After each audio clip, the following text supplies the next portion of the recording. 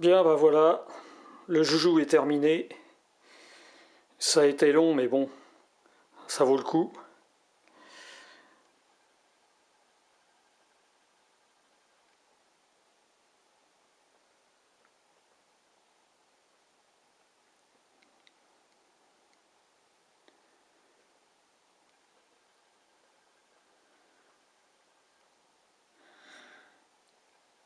Alors, vous allez le voir en fonctionnement en fin de vidéo, car pour l'instant, il faut que je fabrique la partie réception. Donc rendez-vous en fin de vidéo pour le voir en fonctionnement. Bien, maintenant je vais attaquer la télécommande, mais côté réception, c'est-à-dire le boîtier qui va être raccordé au récepteur ICOM. Alors dans un premier temps, il faut que je trouve un boîtier pour placer le récepteur de la télécommande. Alors c'est tout petit, c'est très fragile, c'est un circuit en céramique, et il va falloir que je trouve un boîtier métallique pour le rentrer dedans. Et là, dans le commerce, j'en ai pas trouvé. Donc il va falloir faire appel, comme d'habitude, au système D. Alors j'ai une boîte à grouille, c'est là que je pioche quand j'ai besoin de composants. Donc il faut tout garder. Faut tout garder parce que tout peut servir. Donc il y a des vieilles carcasses d'ordinateurs.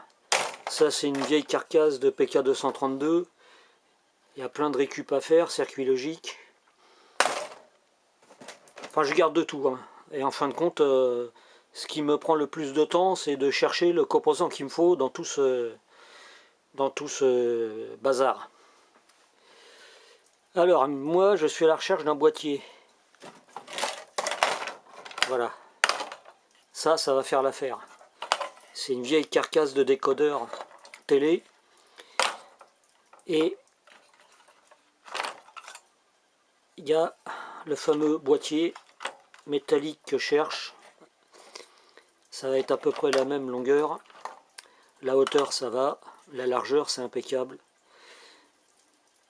Donc je vais m'occuper de ça. Je vais le démonter. Et on va voir ce que ça donne. Comme quoi il faut tout garder. Le boîtier a été démonté. Je l'ai complètement vidé. J'ai découpé une petite plaque de circuit imprimé que j'ai soudé tout autour pour faire un bon contact de masse. J'ai rajouté une prise SMA.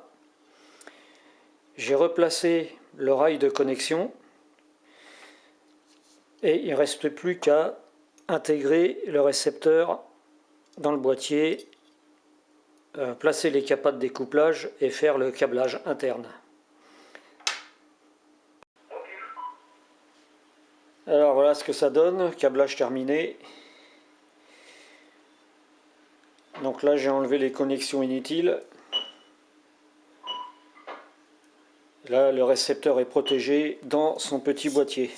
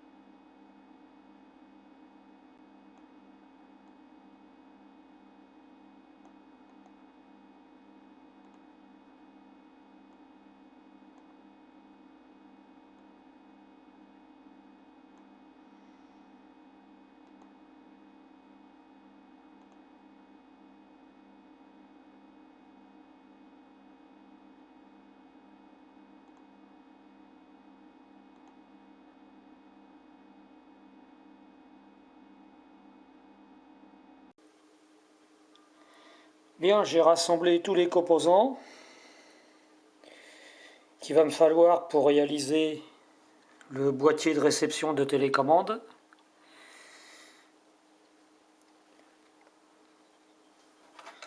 Donc là, c'est les composants CMS dans ces petites boîtes, le circuit imprimé,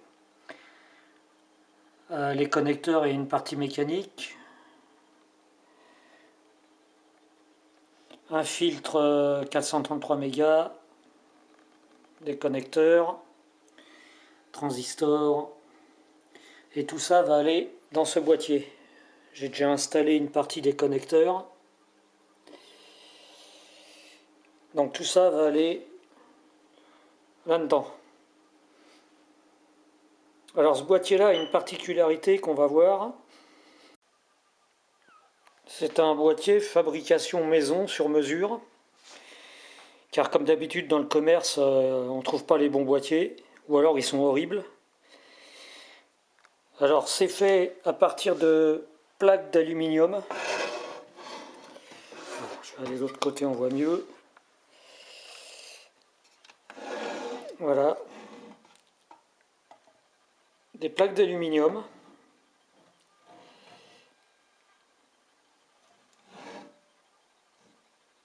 Regardez bien le principe de montage.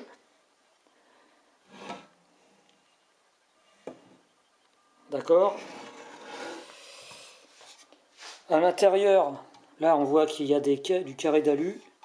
À l'intérieur, il y a une tige filetée qui passe à l'intérieur, qui vient se fixer sur l'avant. Enfin, pas tout à fait sur l'avant. C'est vissé à moitié. À peu près ici, à l'intérieur. Vissé et collé. Et le trou, après, est bouché par de la colle. Donc la tige filetée dépasse à l'arrière et on vient attacher la plaque arrière. Voilà. Ok. Sur le dessus, on a un couvercle. Donc qu'est-ce qu'on remarque? Là on voit des vis, des trous de vis, hein, c'est l'emplacement où il va y avoir la visserie. Et pour cacher ça, de la cornière, tac, ok. De l'autre côté, c'est pareil. Alors, faut que je prenne la bonne, c'est celle-là. Voilà. Et de ce fait-là, on voit que les vis ont disparu. Donc ici en bas, c'est pareil, hein, il y aura une cornière. Une cornière qui va venir ici. Donc avec ces techniques, les vis ont disparu. En fait, on voit que deux vis de chaque côté, soit on les laisse, soit on les utilise pour faire des poignées de rack. Pour mettre des petites poignées. Autrement, on voit qu'il n'y a pas de vis sur la face avant. Voilà, et on peut faire ça sur mesure. Donc c'est uniquement du découpe de plaques d'alu. Alors évidemment, il faut que ça soit très précis. La découpe, il faut qu'elle soit précise. Et les trous, il faut qu'ils soient faits à la perceuse à colonne pour avoir quelque chose de très précis. Mais avec ce système-là, on peut faire des beaux boîtiers sur mesure. Donc voilà la technique que j'ai employée pour le boîtier. Ça, c'est un boîtier de récup que j'avais fait il y a quelques années. Alors souvent on dit quand les trous sont faits dans une plaque, on ne peut plus les reboucher. Ben c'est faux. On peut les reboucher, la preuve. Ça, c'était une plaque de récup pleine de trous.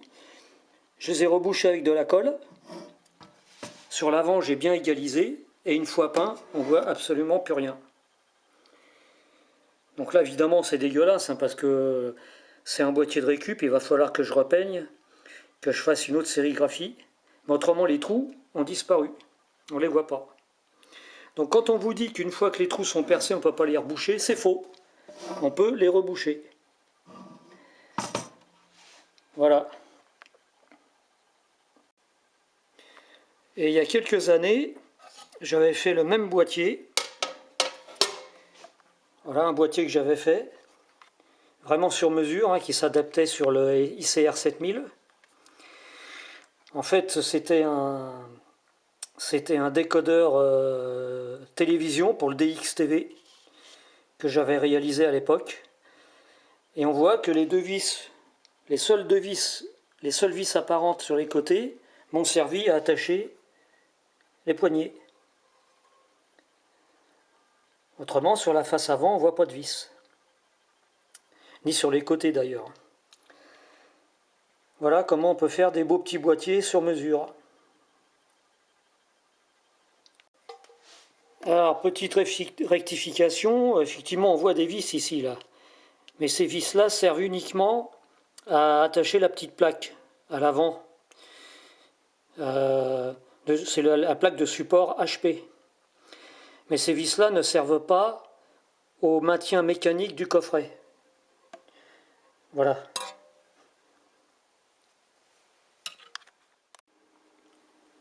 Alors je vais vous faire voir une ruse de Sioux à plume verte pour souder les composants CMS extrêmement petits. Donc là, dans cet exemple-là, c'est des transistors. Et le boîtier fait... Alors le boîtier, c'est les petites pastilles noires, là. Et le boîtier fait 2 mm. Alors pour souder ça correctement, sans outils, grosse galère. On peut le faire, mais bon, c'est plus ou moins dégueulasse. Alors la technique consiste à utiliser cet outil-là que j'ai fabriqué. Donc voilà. Ici on a une pointe. Là on a un support pour mettre une masse.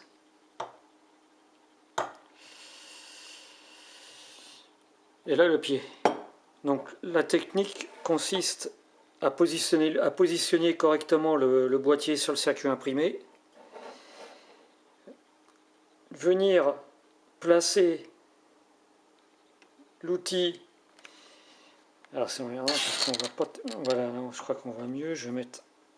Voilà, donc l'outil est placé, la pointe est placée sur le boîtier du transistor. Je vais mettre une petite masse ici.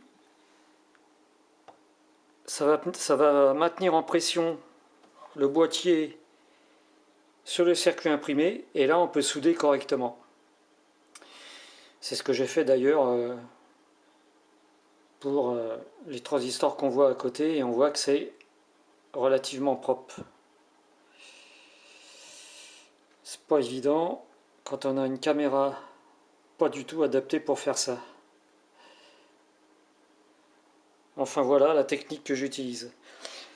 Et quand on soude directement sur du cuivre comme ça, qui n'est pas étamé, il faut impérativement le dégraisser au wheat spirit. Parce que si vous ne faites pas ça, il y a une petite couche de graisse qui reste, et ça empêche la soudure. Donc impérativement dégraisser au wheat spirit.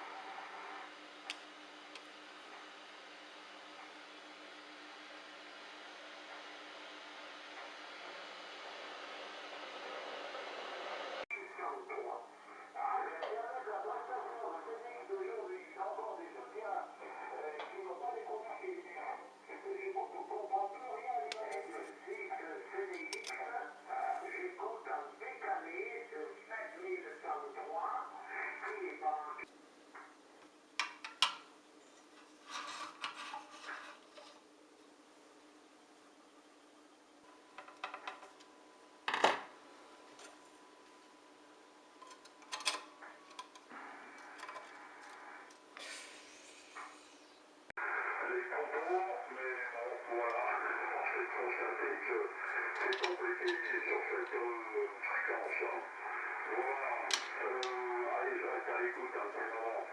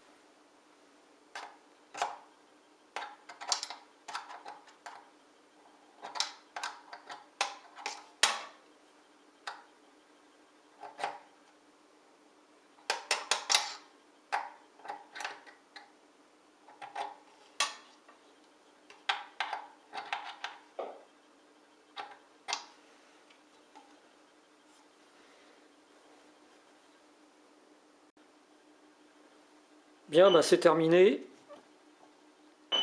Il ne reste plus qu'à passer un coup de peinture et faire une sérigraphie.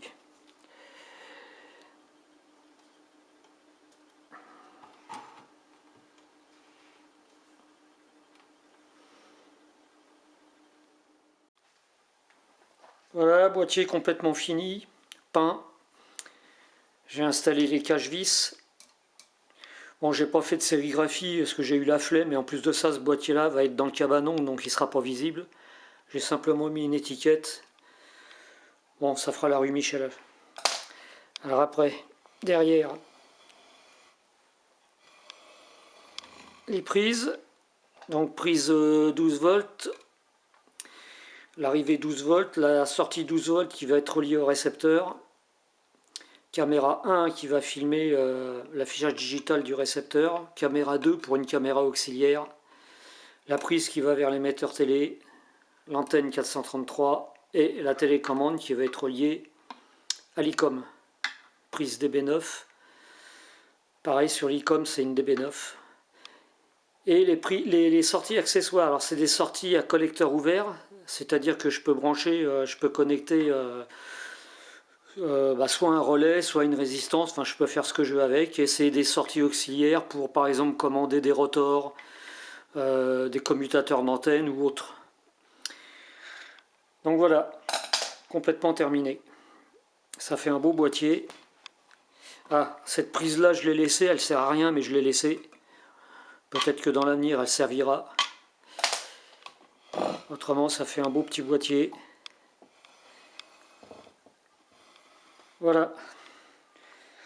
Maintenant je vais le relier au récepteur. Alors maintenant pour le récepteur, sur le dessus j'ai pu trouver un emplacement pour loger le convertisseur tension-fréquence. Donc voir mes précédentes vidéos pour voir à quoi ça sert. Sur le dessous j'ai beaucoup de place. C'est un avantage de ce récepteur là, c'est qu'en dessous il n'y a rien, c'est vide et j'ai pu loger le circuit qui va contrôler le PBT Squelch, le circuit qui remplace le codeur optique quand on est en position télécommande, un petit circuit de commutation pour passage en autonome ou en télécommande, et les deux multiplexeurs utilisés en commutateur. Pareil, voir mes vidéos précédentes pour voir à quoi ça sert. À l'arrière du récepteur, à cet emplacement-ci, il y avait un bornier que j'ai viré. J'ai remplacé par une SMA pour brancher une deuxième antenne. La prise subclip qui va aller, qui est reliée à l'indicateur d'accord au-dessus du récepteur. Donc voilà.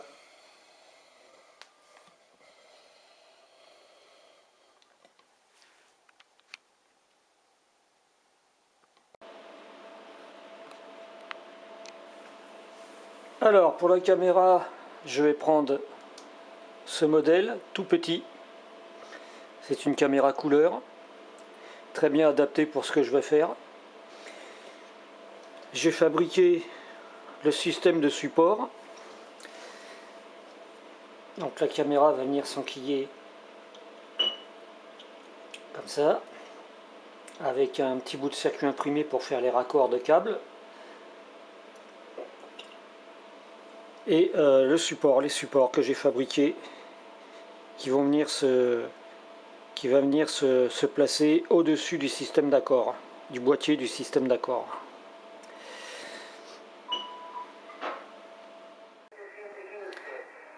Le récepteur est relié à son boîtier de télécommande. Donc là on voit la caméra.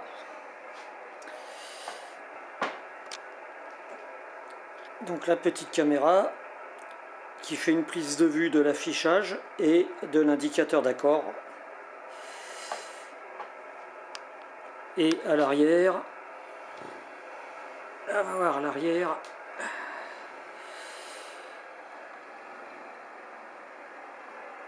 Voilà comment c'est relié à l'arrière.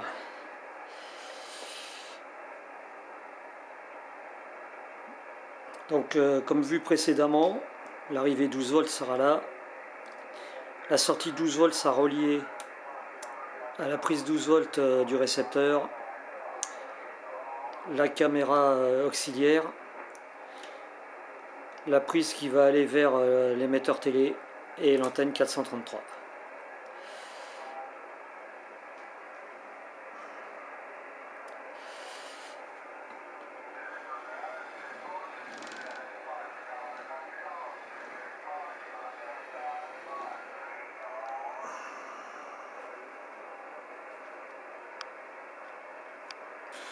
Bien, bah maintenant on va voir comment que ça cause.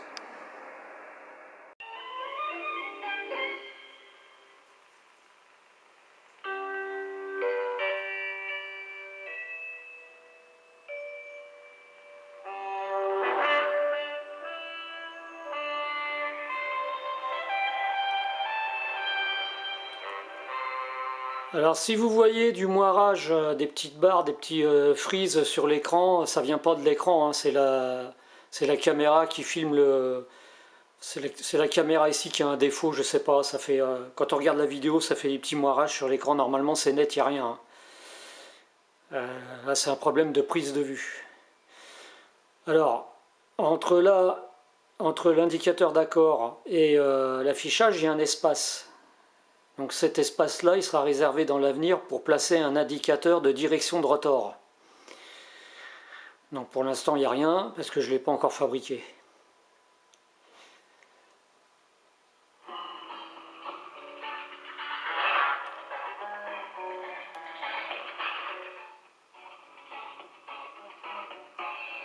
Alors,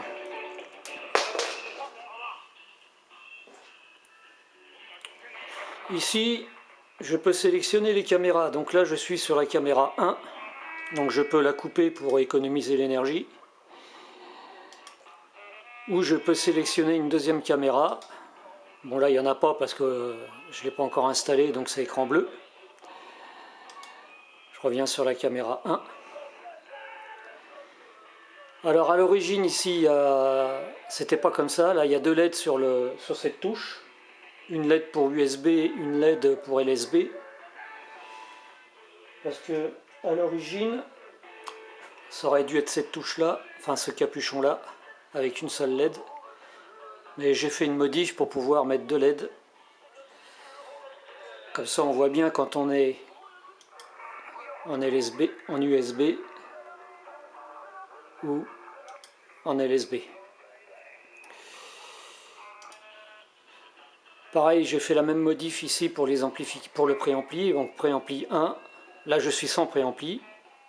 Préampli 1, préampli 2, sans préampli.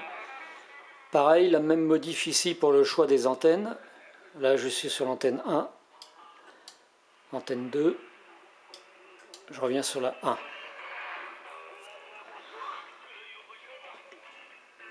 Ces touches ici ne sont pas encore attribuées, c'est des touches auxiliaires, il n'y a pas de sérigraphie, ça sera attribué suivant les accessoires que je mettrai. Donc peut-être pour commander justement un rotor. Donc pour l'instant ces touches là ne sont pas attribuées. C'est des commandes auxiliaires.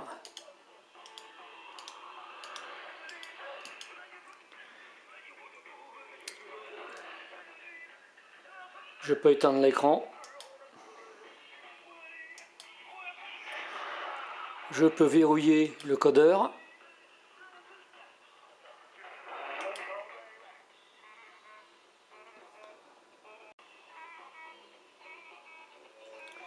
Ici, on a le choix des filtres FI, fréquence intermédiaire. Donc en AM, je suis à 6 kg. Si je passe en LSB, automatiquement, ça va me positionner à 2 kg. Donc ça suit en fin de compte le mode de modulation. Donc je suis repassé en AM, c'est repassé à 6 kg. Ou je peux sélectionner manuellement 2 kg, 15 kg. Je reviens à 6 kg. En LSB, donc je suis revenu à 2 kg, 1 kg 8, 6 kg. Je reviens à 2 kg. Là, c'est le pas de balayage. Je suis à 100 Hz. 1 méga.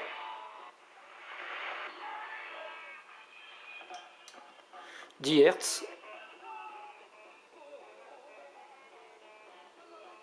Là, je peux sélectionner 1 Hz. Je reviens à 10 Hz. Et 100 Hz.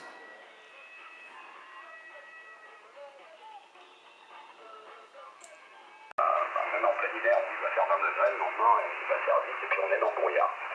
Voilà. L'élévation par rapport au niveau de la mer, on est à 600 mètres. Le point culminant, 47 km d'ici, pour être précise, locator à locator, c'est 2000 mètres avec une station d'espoir. Il y a des endroits de là où je suis, non, parce qu'il y a les arbres qui cachent, mais parfois quand on voit la montagne, 50 km, c'est pas grand chose. Et on voit la neige. Alors l'indicateur d'accord, il n'est pas utilisable en SSB, hein. C'est utilisable uniquement en AM et en FM, c'est pour ça qu'il est décalé complètement vers la gauche. Notre climat, il gèle, il vent, il pleut, à 3, à 4, à 5 c'est différent. Alors là on a les touches PBT-U et PBT-L, c'est-à-dire PBT-USB, LSB. Des tempêtes, il ne faut pas oublier que la Méditerranée, de l'autre côté, la 1, la 2, c'est l'Atlantique, mais de l'autre côté, c'est la Méditerranée, c'est pas si tendre que ça. Voilà, c'est moins violent, mais faut se méfier. Voilà. Ici on a le scratch. Alors on voit là, je ne sais pas si vous voyez sur le bar graphe.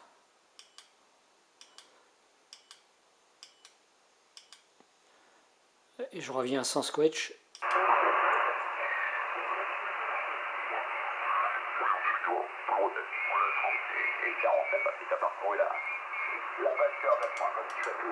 Les installations, au moins pour la partie HS. Voilà, pas pour les bandes, on va dire 40 ou 10 mètres.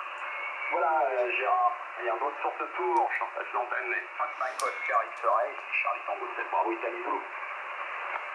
4 Echo Bravo Sierra Mobile. Oui, je vais terminer, merci Thierry, oui, je vous... Alors là, c'est le bouton qui commande le BHI. Alors ça c'est très pratique pour moi, parce que quand je suis en veille, par exemple sur une fréquence qui n'est pas utilisée. Voilà, on entend le bruit. Donc un coup de BHI et le bruit disparaît.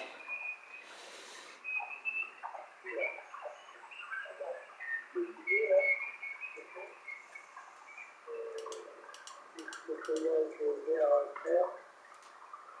Ah oui, ton critère, c'est Beria Alta District of Lisée. Bon, ok.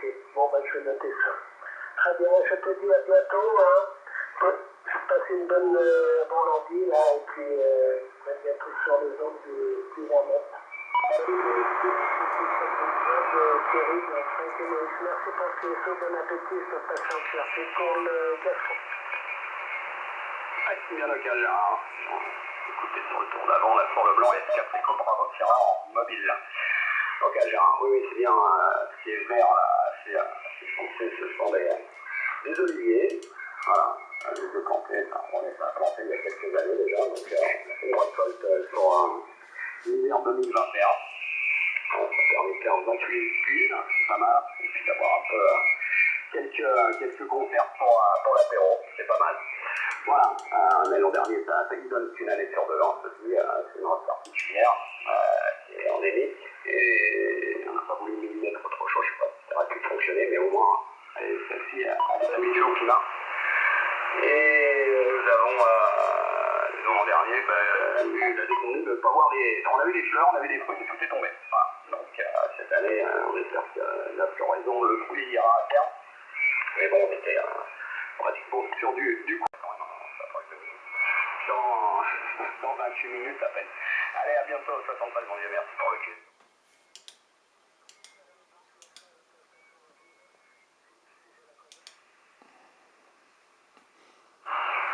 Un CD que m'a envoyé Frank Simon, qui est un auteur, compositeur, interprète. Hein. Ah oui, il a avec son groupe là, et puis il a composé de jolies petites chansons locales qui auraient mérité plus de succès. Voilà, il y a eu un groupe de Tarbes qui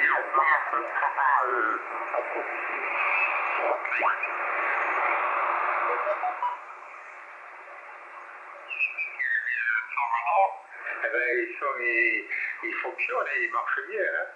Ils marchent bien. Je pense que lui aussi aurait été pareil s'il avait fait. Voilà, parce que c'est bien ce qu'il fait. Hein. J'ai bien apprécié. Voilà. Alors ici, il y a une touche de remise à zéro, c'est en cas où ça, en fait, ça remet à zéro tout l'affichage, la signalisation. S'il y avait une erreur pendant la transmission, par exemple, je fais n'importe quoi, voilà, tac, le noise blanqueur, la ANF, le NR. Admettons qu'il y a une grosse erreur comme ça, bon, ça n'arrivera pas, enfin, ou si ça arrive, ça sera rare. Je peux remettre à zéro l'affichage, la signalisation, je la remets à l'état d'origine. Voilà.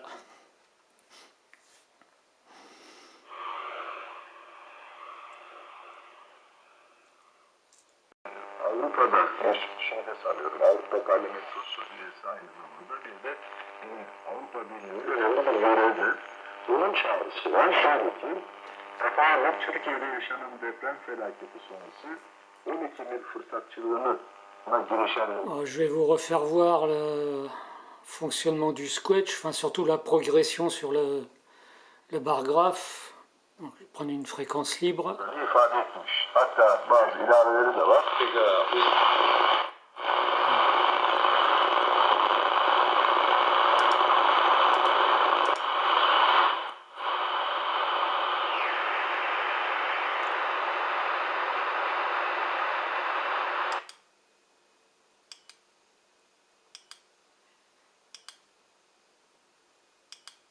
Vous voyez bien la progression.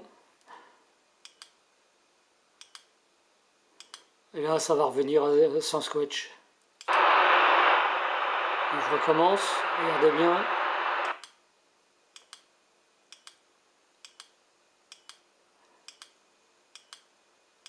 Et attention, sans Squelch. Ouais. In a factory for 42 years. Again, your signal is wonderful. Congratulations. 7-3. We can talk again some other time. Paka, до свидания. My pleasure. Radio Kilo 3 Alpha Fox. W8 Victor, London, November, listening.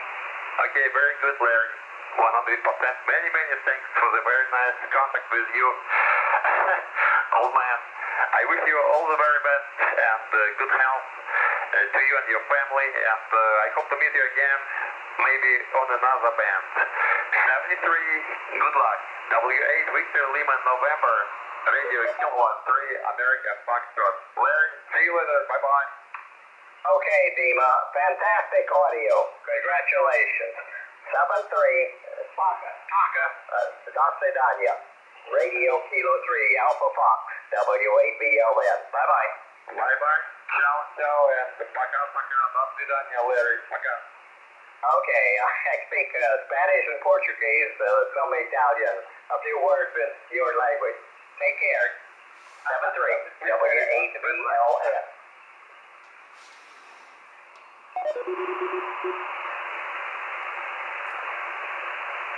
Golf Mike Paul, Florida, Quebec Echo. This is Radio Kilo 3, America Foxtrot. Good afternoon. Thank you for the call. You reported 5 and 9. My name is Dima. I spell for you Delta, Italy, Mexico, America. My name is Dima and location is Ria, Moscow. Your contact is back to you, over.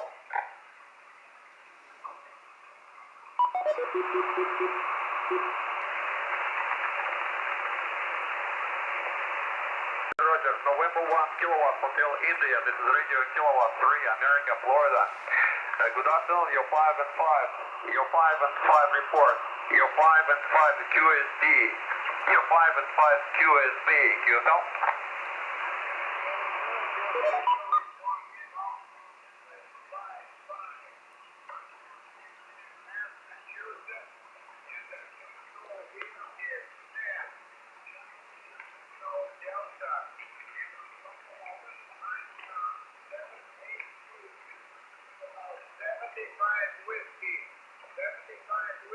At the present time, the antenna is an A99 vertical. I'm talking.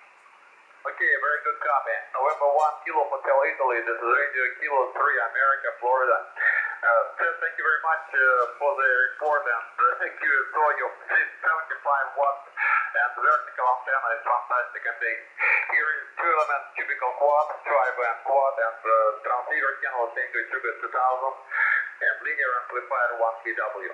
Thank you for the contact. 73, good luck and good EX. November 1 Kilo Hotel Italy. This is Radio Kilowatt 3, America Foxtrot. 73, see you later.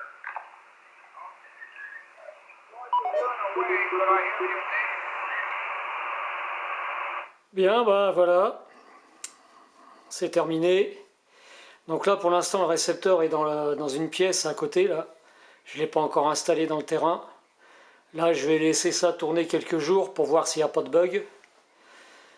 Et puis, ça devrait aller. Rien d'autre à rajouter. Je ferai d'autres vidéos sur l'installation. Comparer le bruit de fond, parce que j'ai surtout fait ça pour avoir le moins de bruit de fond possible, c'est-à-dire le récepteur dans le terrain là-bas, j'ai pas beaucoup de bruit, donc après je ferai des comparaisons de bruit, comparaison d'antenne, enfin il y a plein de possibilités dans l'avenir à faire. Voilà, c'est fini.